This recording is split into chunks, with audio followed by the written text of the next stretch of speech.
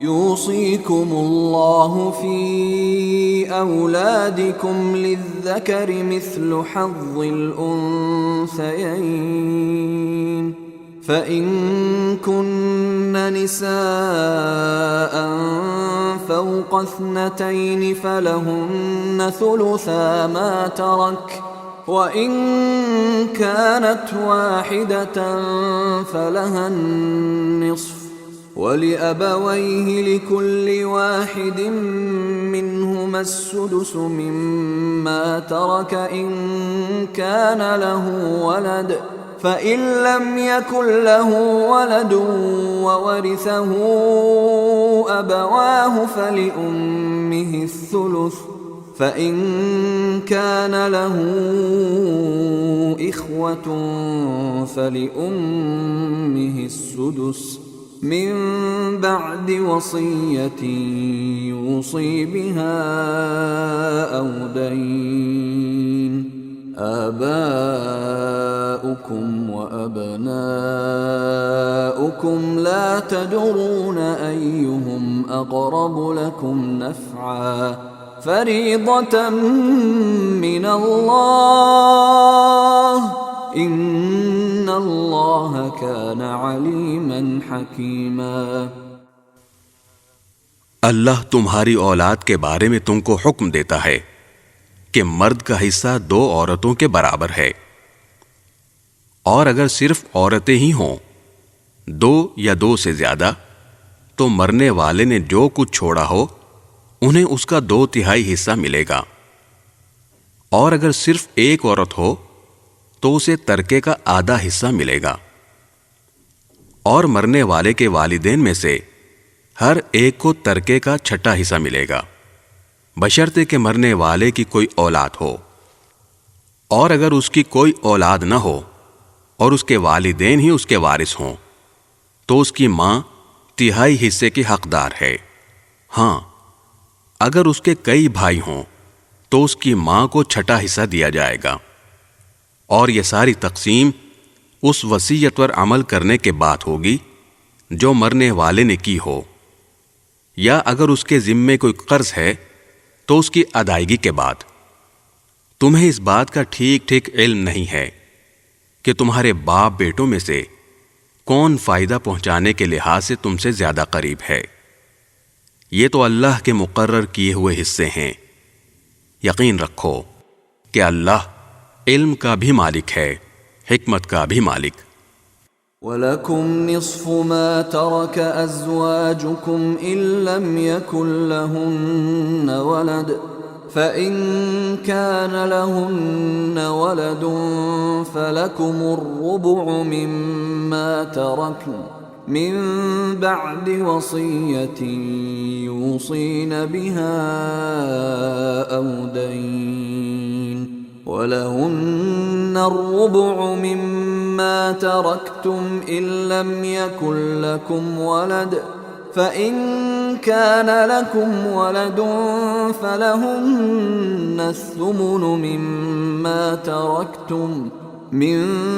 بعد وصية توصون بها أو دين وَإِن كَانَ رَجُلٌ يُورَثُ كَلَالَةً أَوْ امْرَأَةٌ وَلَهُ أَخٌ أَوْ أُخْتٌ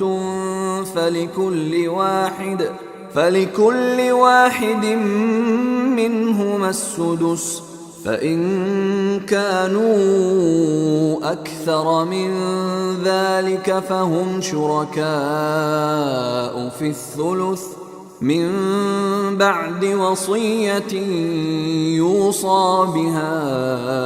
أو دين غير مضار وصية من الله والله عليم حليم۔ اور تمہاری بیویاں جو کچھ چھوڑ کر جائیں اس کا آدھا حصہ تمہارا ہے، بشرطے کہ ان کی کوئی اولاد زندہ نہ ہو، اور اگر ان کی کوئی اولاد ہو تو اس وصیت پر عمل کرنے کے بعد جو انہوں نے کی ہو، اور ان کے قرض کی ادائیگی کے بعد تمہیں ان کے ترکے کا چوتھائی حصہ ملے گا، اور تم جو کچھ چھوڑ کر جاؤ اس کا 1/4 ان بیویوں کا ہے، بشرطے کہ تمہاری کوئی اولاد زندہ نہ ہو، اور اگر تمہاری کوئی اولاد ہو تو اس وصیت پر عمل کرنے کے بعد جو تم نے کی ہو، اور تمہارے قرض کی ادائیگی کے بعد ان کو تمہارے ترکے کا 8واں حصہ ملے گا۔ اور اگر وہ مرد یا عورت جس کی میراث تقسیم ہونی ہے ایسا ہو کہ نہ اس کے والدین زندہ ہوں نہ اولاد، اور اس کا ایک بھائی یا ایک بہن زندہ ہو، تو ان میں سے ہر ایک 6 حصے کا حقدار ہے، اور اگر وہ اس سے زیادہ ہوں تو وہ سب 1/3 میں شریک ہوں گے، مگر جو وصیت کی گئی ہو اس پر عمل کرنے کے بعد اور مرنے والے کے ذمے جو قرض ہو اس کی ادائیگی کے بعد، بشرطے کہ وصیت یا قرض کے اقرار کرنے سے اس نے کسی کو نقصان نہ پہنچایا ہو۔ یہ سب کچھ اللہ کا حکم ہے، اور اللہ ہر بات کا علم رکھنے والا بردبار ہے۔ تلك حدود اللہ ومن يطع الله ورسوله يدخله جنات تجري من تحتها الأنهار خالدين فيها وذلك الفوز العظيم۔ یہ اللہ کی مقرر کی ہوئی حدود ہیں، اور جو شخص اللہ اور اس کے رسول کی اطاعت کرے گا وہ اس کو ایسے باغات میں داخل کرے گا جن کے نیچے نہریں بہتی ہوں گی، ایسے لوگ ہمیشہ ان باغات میں رہیں گے، اور یہ زبردست کامیابی ہے۔ ومن